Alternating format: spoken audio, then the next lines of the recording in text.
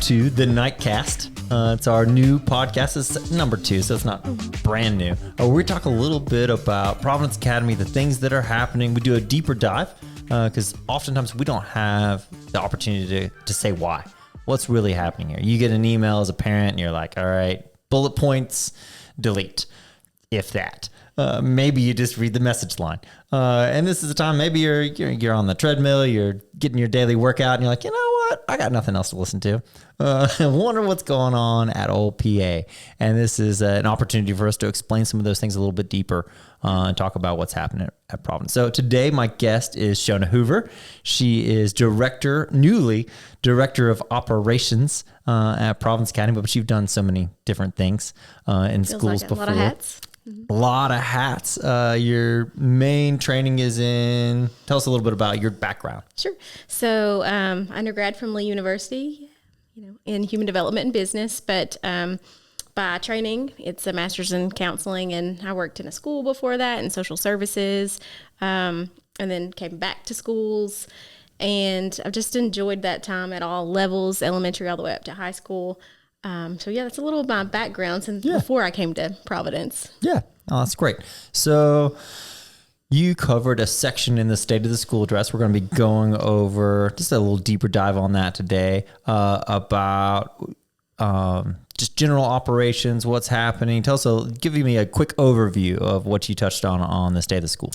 Sure. So if you got to come to that or you watched that video on Facebook, one of the things that we talked about was our new enrichment programs. So I think over the past couple of years, tried to be really intentional about incorporating more and more. We already had a lot of really great programs, but maybe not everybody had a place where they just belonged or it was their favorite place to be. And we want them to have every kid to have an opportunity to thrive in that environment at Providence. So a few things that we've started this year are our robotics program. So now we have a K through 2 program that Mrs. Ryan is doing.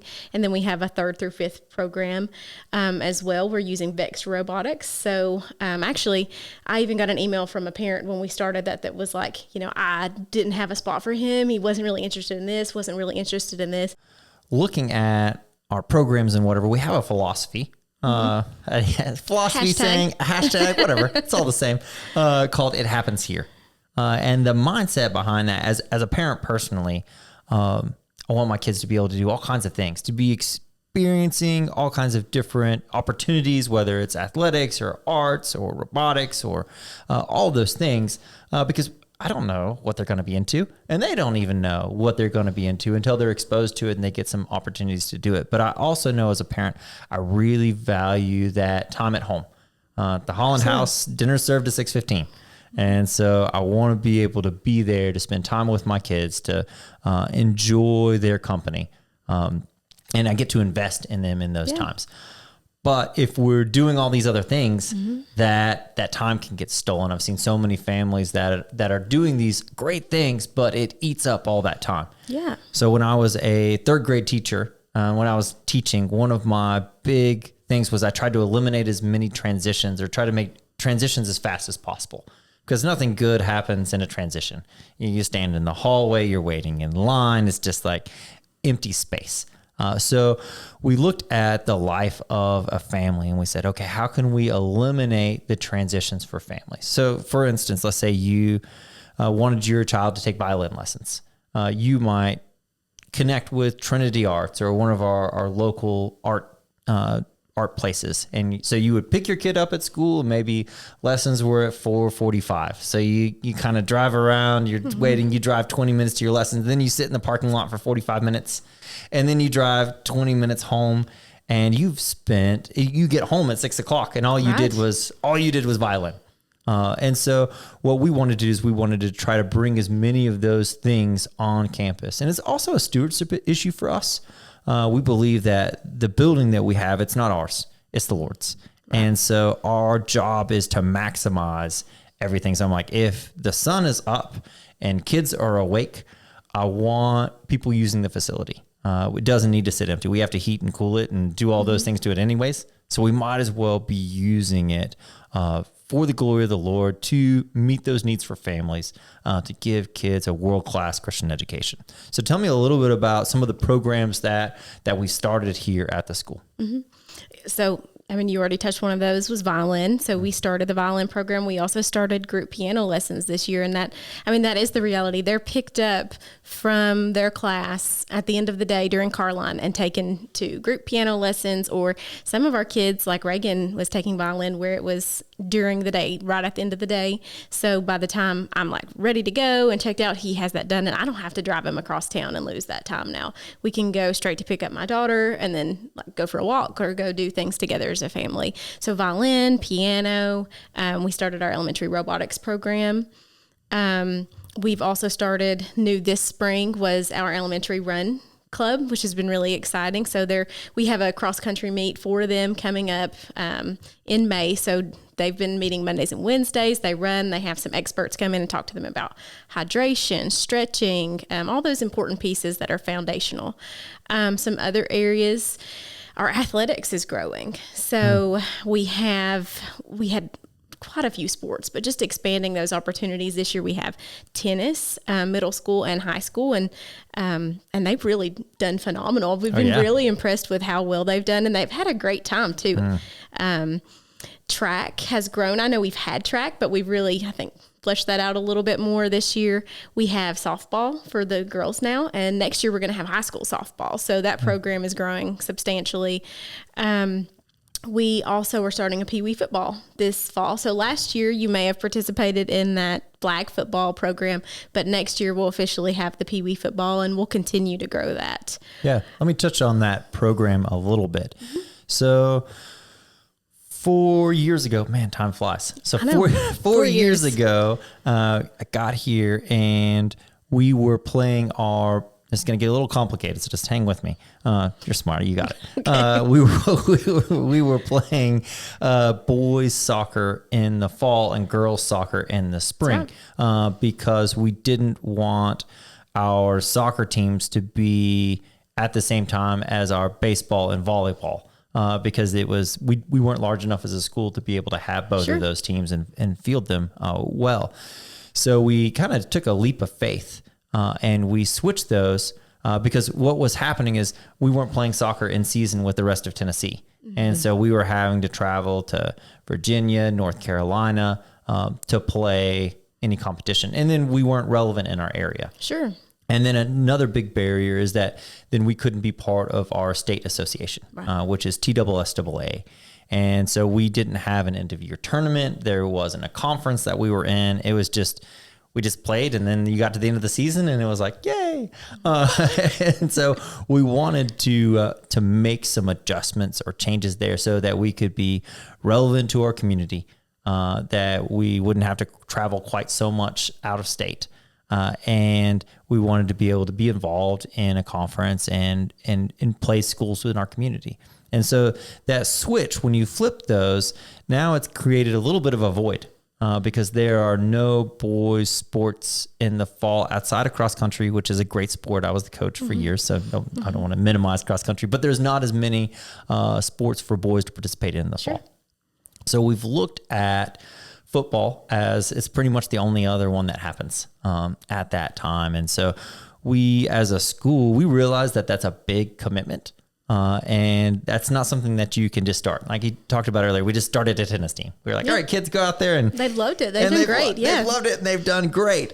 Football's not the same. You can't just like abracadabra a football team and be like, all right, boys, just figure it out. No one die. You want to be able to go into that well. So we've put together a multi-year step program to get us to the point where we can be competing at a high school level. So that's a long process, but that first step was that we started flag football this last year. And that was great. We got our kind of a Pee Wee flag football program. And then this summer, we'll start our contact football Pee Wee. And so that's our first step. And when you say we didn't just do this, we're like, hey, it'd be a great idea. Let's start football and this is how we'll do it. We talked to other schools and how they did it. we would reach out to them and, hey, how did you do this? How did you do this well? Because if we're going to do it, let's do it right. Let's do it well. Let's grow it the way that it should be grown. Right. So we want to do everything that we do at Providence. We want to do with excellence as unto the Lord. And that's a big part of taking these steps. And sometimes we do something really fast because that's the best way to do it. And sometimes we're like, you know what? We're going to go slow on this one. So the football aspect is going forward, but it's a slower multi-year step process. Right. Well, and then, another sport that we started this year is cheerleading. So this is the first time we had a cheerleading squad, and they've done great. They cheer. They were part of the parade. So we participated in the Johnson City Parade this year. Yes. They walked along and handed out candy, and they've supported a lot of other things just beyond cheering. Yeah. I think they bring like a certain amount of school spirit, to pep rallies and to events. And it's been great to see them in that area. It's funny. I got pushback on cheerleading. I didn't see that coming. And people were like, I don't know. There's social connotations that come with that. I'm not sure. But when you boil it down to a base level, I'm like, what could be more Christ-centered than a team? And their job is to encourage others. Absolutely. I'm like, what? How could someone not like that? Yeah. And so to see them go out and do that well, they got so much better as the season went on. They got more confidence, but I think it brought a lot. I think they did it with the right spirit. Absolutely. I think it's the spirit in which you do anything is what drives your outcomes. Absolutely. And so I think that they've done a great job developing that program. And you'll see them first day of school. They're at the road. They're smiling. They're welcoming our other students there. So they're cheering on the whole school, not just one particular sport, but cheering on in all the areas. Absolutely. And that's a good life lesson. Like, encourage others. Absolutely. And choose joy even when, I'm sure they don't always feel like super smiley and like happy. But they choose at moments to be like, you know what, even though I'm not feeling it right now, I'm going to have a posture of encouragement to others, even when I don't feel it within myself. And then sometimes that posture brings about a heart change.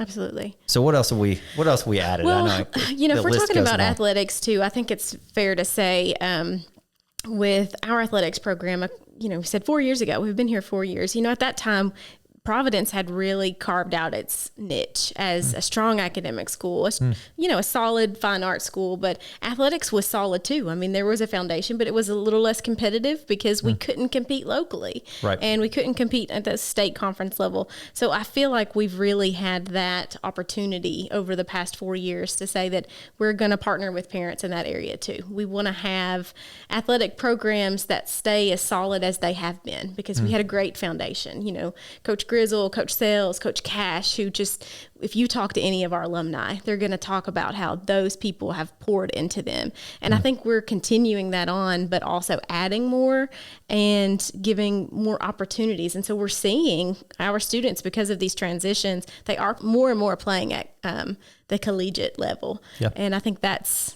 huge for us. Yeah, no, I agree. We had a problem historically at the school where probably some of the best athletes that have come through Johnson City at one time went to Providence Academy. And then when they got to the high school level, they left to go play at a higher level of competition. And so that was an issue where we weren't able to maintain our families because of that. And so we made some changes there, and part of that's TSSAA, and part of that is just choosing our level of competition and the intensity with which we do things. And now what we found is we've kind of flipped that script a little bit. And so now Providence Academy has become a place where people come. It happens here. Yeah, hashtag it happens here. And so where people come to be a part of these programs that are built on excellence, that are built on the truth of God's word, you can tell a difference in the culture. Absolutely. For sure. Yeah, and I think that's really been huge for our culture as a school. And, another thing we talked about in that video was the growth. So with football and with any of our other programs, like flipping the boys' seasons and the girls' seasons, it was difficult to execute that where we were with enrollment a couple of years ago. And so that's another reason why growth has been important, because when we have more students, we're able to offer them more. We're able to do more. We have more kids, they can do more. So that was one of the things that really stuck out to me that was mentioned at the State of the School video was the growth and our growth plan. Yeah. Yeah. That switch on more kids wanting to come in, and that growth, there's a change dynamic there. I think it's, there's Zig Ziglar. He has a saying that says beginnings are hard, middles are messy, and endings are beautiful. In some of those places, we're still in that middle part where it's just messy. Yeah. We're just trying to figure some of those things out as our teams get better, as our school grows. There's a change dynamic that happens there that we're always kind of keeping our eye on, saying like, okay, maybe you've got a group of kids where before, if you graduated from Providence, you probably went to Providence since kindergarten. And then maybe you had 45 kids in the 8th grade and you graduate with 17, right. Was a normal mix. Now you have an 8th grade class of 40 and you might graduate with 60 or 75. Sure. And so as you onboard students and kind of assimilate them in your school culture, assimilate them into your athletics programs, as you grow those programs, there's some challenges that are there that we want to make sure that we keep our original vision and mission for the school. And what is the purpose of our athletics programs? They're not just to go out and win games. That would be silly. Right. It's a waste of time. They're in line with who we are as far as developing spiritual maturity, developing and achieving academic excellence, and partnering with families. All those things. Sports is not separate from that, nor is robotics, nor is our arts. They're all part of that same vision and mission to help us accomplish that. Sure. I mean, that goes back to our philosophy that a classical Christian education should be accessible to anyone. I mean, if we can do it when we partner with a Christian parent, whatever their child is into, they shouldn't have to leave to go play somewhere else. They shouldn't have to leave to do these things. And we want them to be able to stay and receive that Christian education, education for freedom, without having to sacrifice, those pieces. Our arts program has been a big part of that. We've kind of you have to pick and choose sometimes. Sure.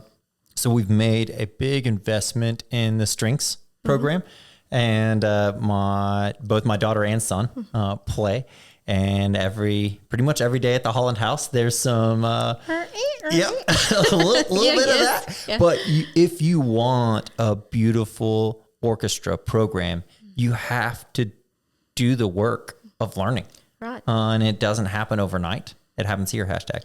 But it doesn't happen overnight. And so you have to make those initial investments.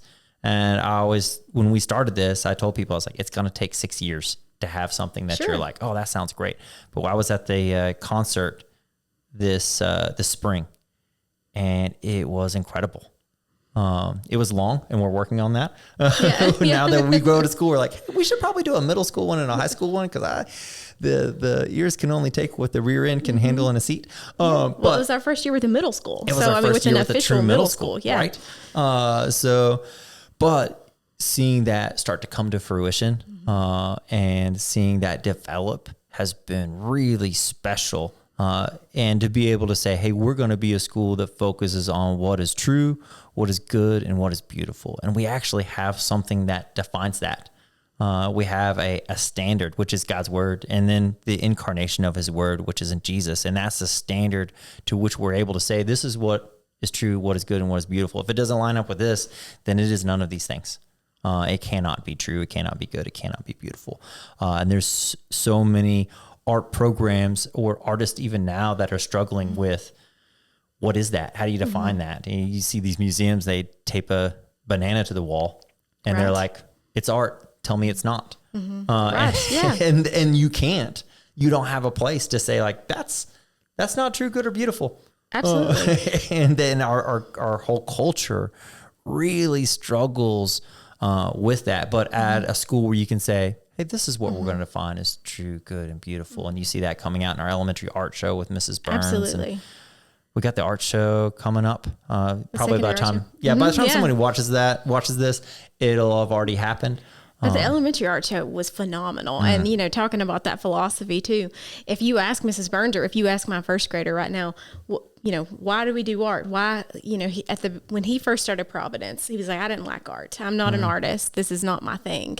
But as he sat in our art program, he's learned from Mrs. Burns, from our art program, that God is a creator. You know, he makes these things, and he created you, Reagan, in his image.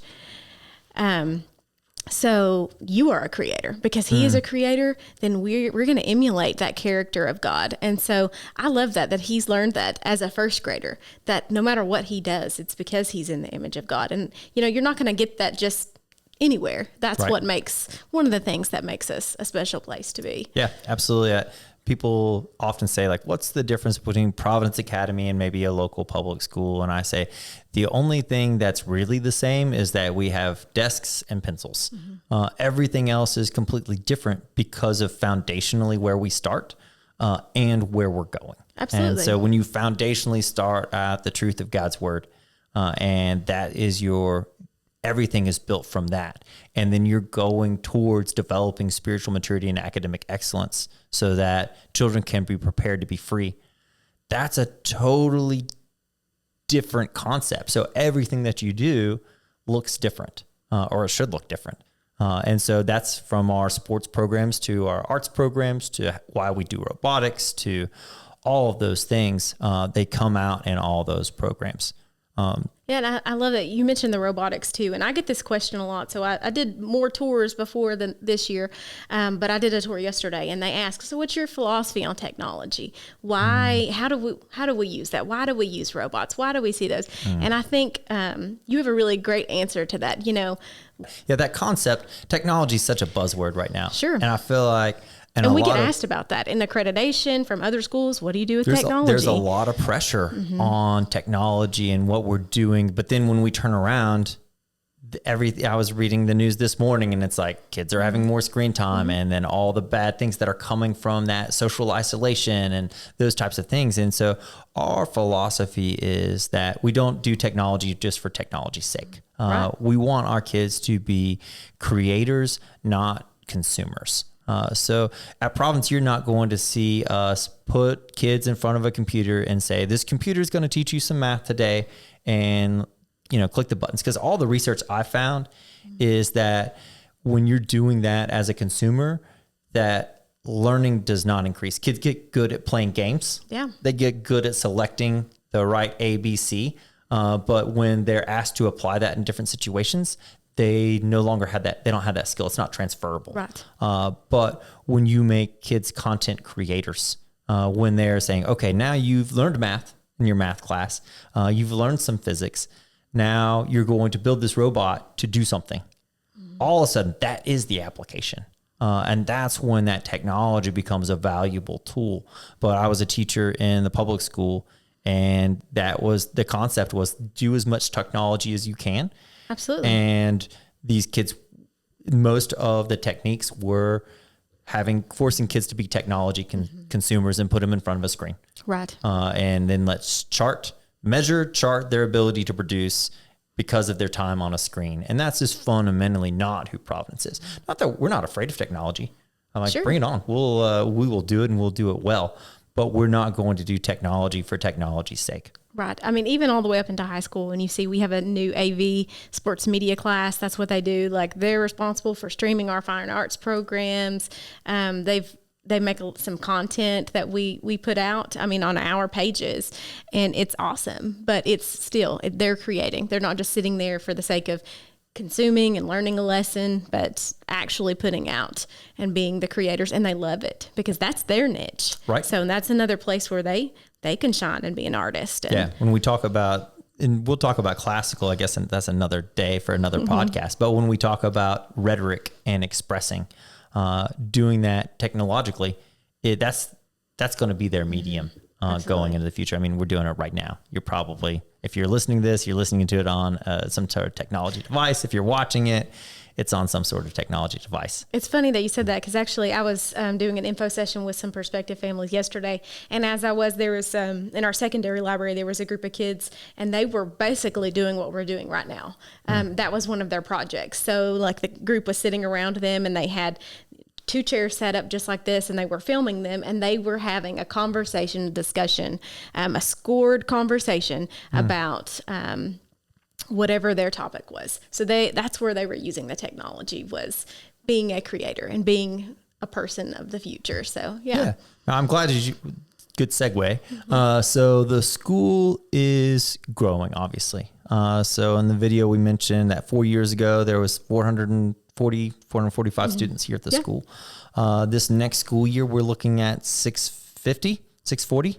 I think that's reasonable. No, I mean, we have some projections. Can't totally predict, because last year, I mean, I was off by 20. So I projected 20 under than what we actually hit, just based on our normal rate of growth. But yeah, we're looking at least 650. And so some exciting things happening for this next year. We'll have 3 kindergartens. So 4 years ago, our kindergartens were almost full, but we had 2 and they were great. But now we're at the point where our wait lists were huge, and we're turning away not just new families, but we were having to turn away sibling groups. So, your brother and sister were going here, but Providence doesn't have a spot for that 3rd child because we were so full.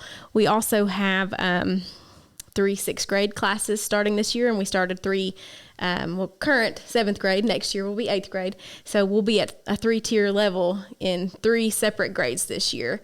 But our wait list is still, I mean, it's huge. I get calls every day. I had a conversation with a family yesterday, and they're just, tears in their eyes, like bated breath, just waiting to hear, is there going to be a spot? And those are, you want to say yes, but at this point, sometimes that means someone moves, and we don't want them to move. We love them all. So with that, so as we look forward into the future, one of our concepts or ideas that I have for a school is that education it's relational. It's not transactional. Kids have to be known. Families have to be known. And when you reach a certain critical size, the ability for a kid to be known decreases. That's why I think your best schools really sit between 750 to 850. Sometimes they can get up to 900, but that's your sweet spot for your most effective schools for the most kids. And that's just from me traveling around, going to schools, visiting them, saying like, okay, what's happening here? And then when you talk to schools that have gotten larger from that, they're like, something fundamentally changed when we surpass that number. Yeah, and the character, I think, too. The feel that you have when you walk onto campus. It suddenly feels like it's grown so much that it's like when you go to those family reunions with like the extended family that you've never met, and you're just like, oh, there's no connection. But right now, when you walk on campus, I walk down the hall, and I mean, I can wave at all of them. They all, like, every kid from pre-K up,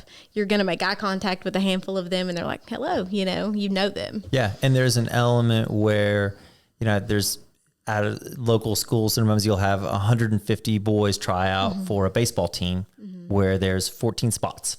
Sure. And like, that's just not healthy. There's so many kids that won't have opportunities because the opportunities are limited because of the size of their school.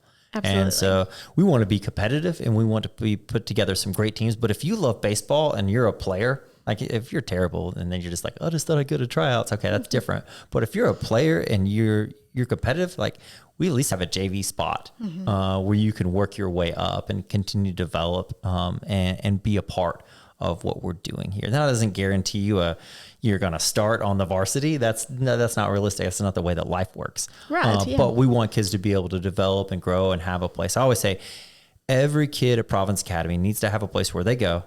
And if they didn't show up for 3 days, that kids would be like, man, where's Johnny? We haven't seen him in 3 days. It's just not the same without him. Every kid needs to, if they didn't show up, they'd be missed.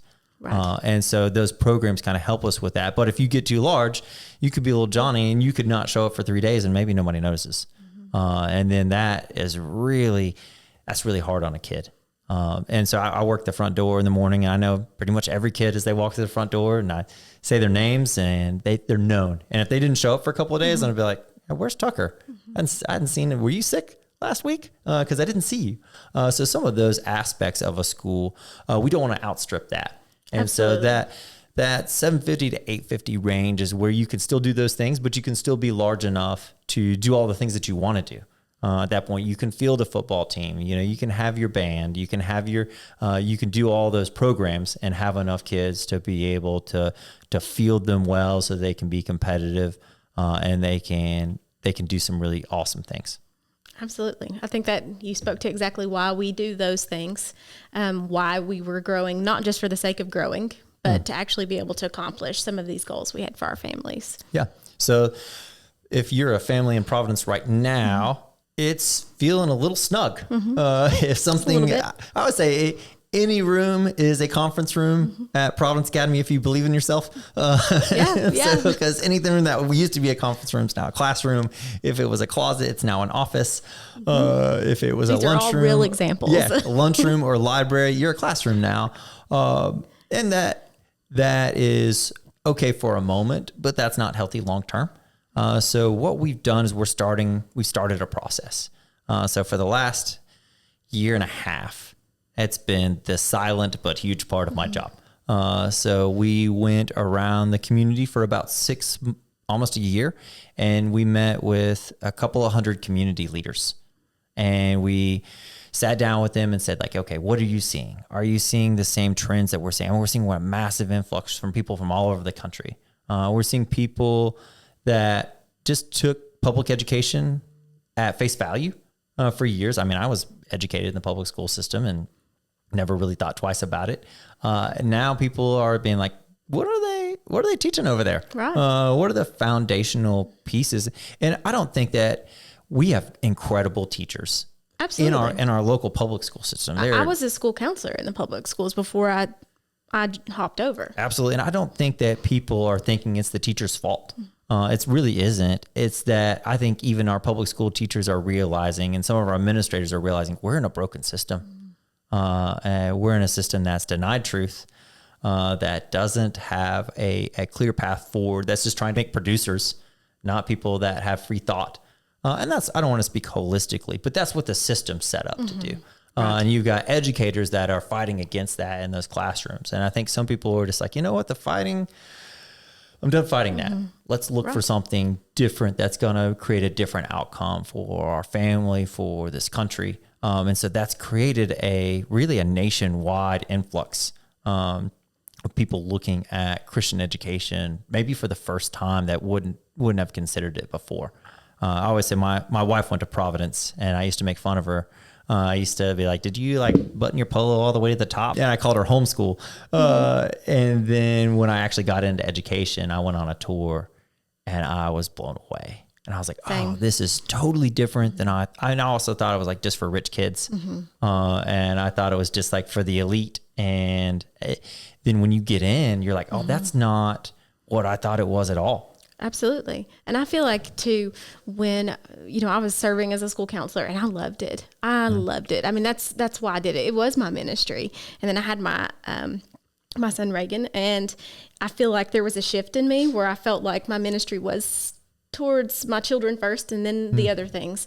And so that's when I started exploring Christian education, because I knew how much time I spent every day with these kids. I knew the kids in my classroom sometimes better than their parents did. They, in the public school setting, we had so many needs to meet, and I was meeting them constantly.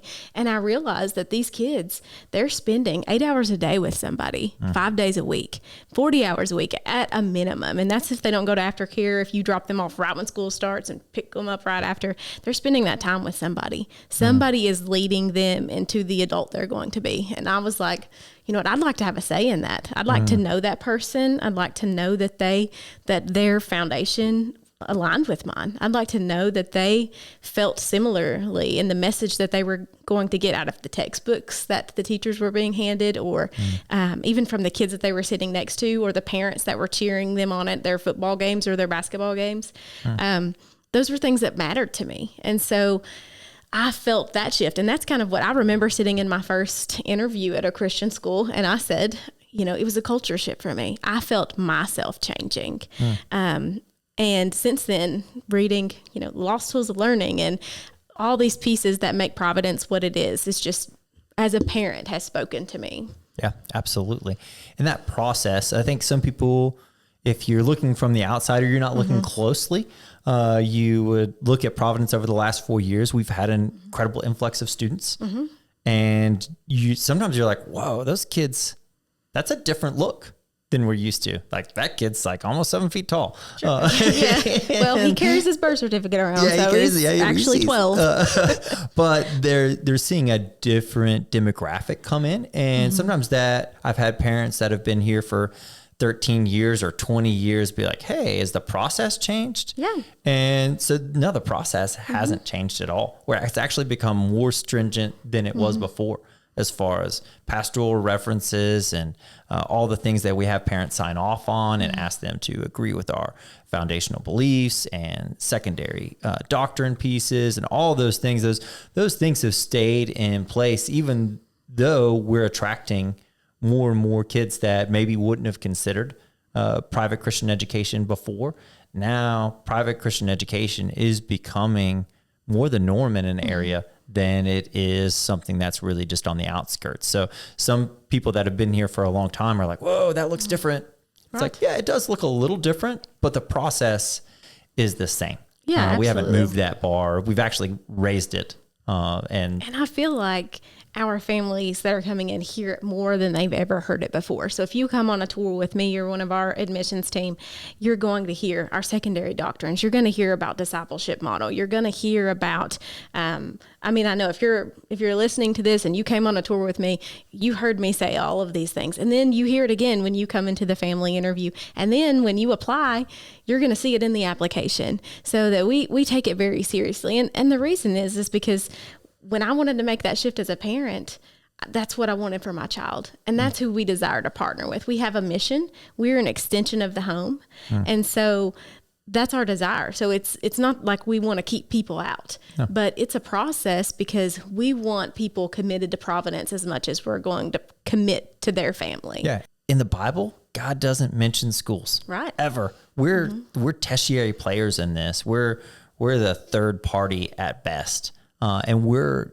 coming alongside two institutions that God clearly put in place. And every time God talks about educating children, and he talks about it a lot, every time he says parents. Absolutely. And then he also has this institution of the church. And so we cannot undo what happens in that area. We can't step in and say, well, parents, you guys really aren't in charge, because God clearly said they are.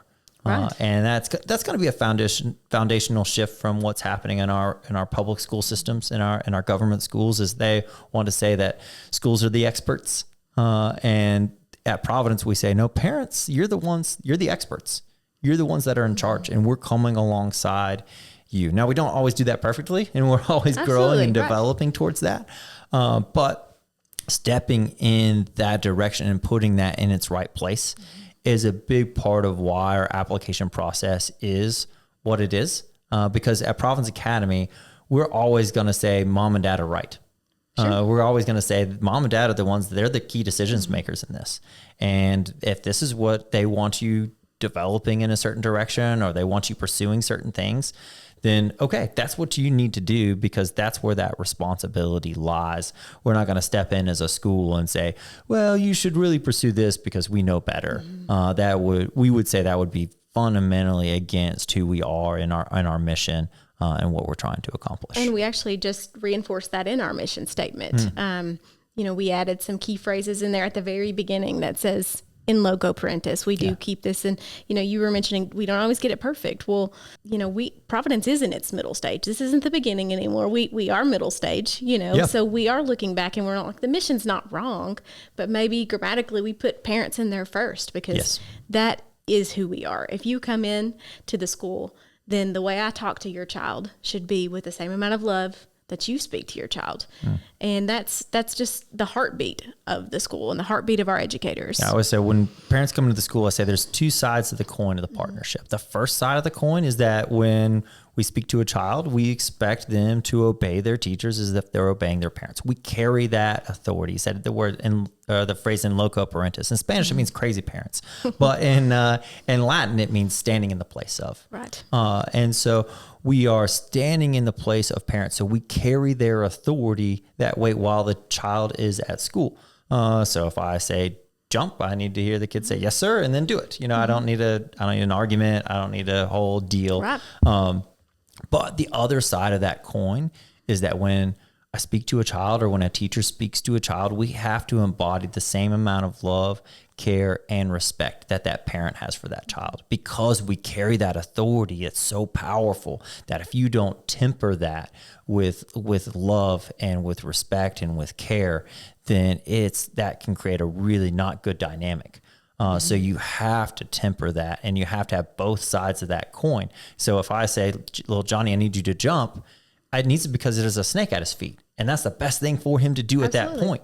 And I'm doing it for his good. I'm asking him to do things that are going to better him, that are going to draw him to Jesus, that are going to be beneficial to him. And so that's a big aspect of what we do in that partnership in loco parentis. And I think we still want to help our parents and be a resource. So that's when we saw our student services department this year.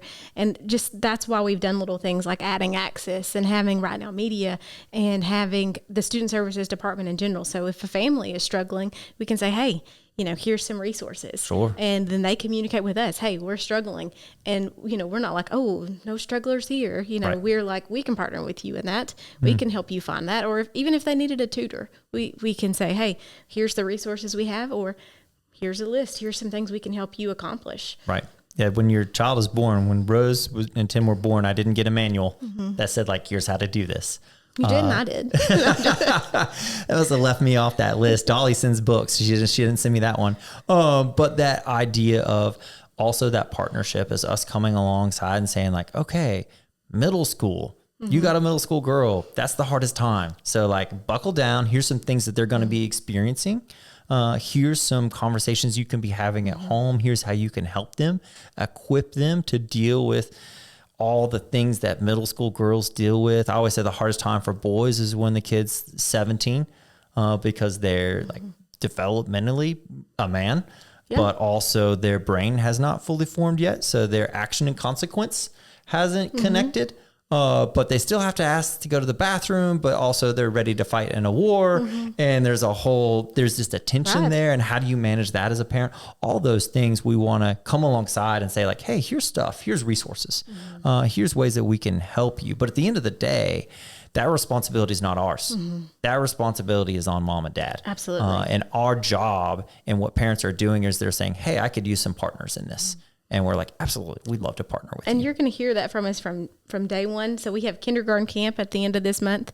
And that's a great time with our brand new families. They come in, we're all like campers. They get a little flashlight and a little camping hat, and they'll come down and get to meet their teachers and play. And the parents are going to hear from us, hey, here's how you start off the year well. Here's our suggestions. Here's some things you can do to help. And, it's not an area that we're perfect in, but as we partner with them all the way through 12th grade, we're looking for more intentional ways to say, parents, here's a great way to guide your kids. Here's a great next step. Just like you said with middle school, they change. Every year they change. Reagan was a baby face last year. Now he's like a grown man, and I'm like, who is this kid? So he's coming with new challenges. So once you feel like you have one stage figured out, you're in the next stage, and it's completely different. Right. And that's why Providence Academy is here to kind of come alongside and to help with that. And so that partnership, when we say partnership, we really mean it. And it's from the beginning to the end and even afterwards. And so I think that kind of wraps up our time a little bit, but thank you, Mrs. Hoover, for coming on and sharing a little bit about what's happening in the operations here at Providence. Thanks guys for joining us.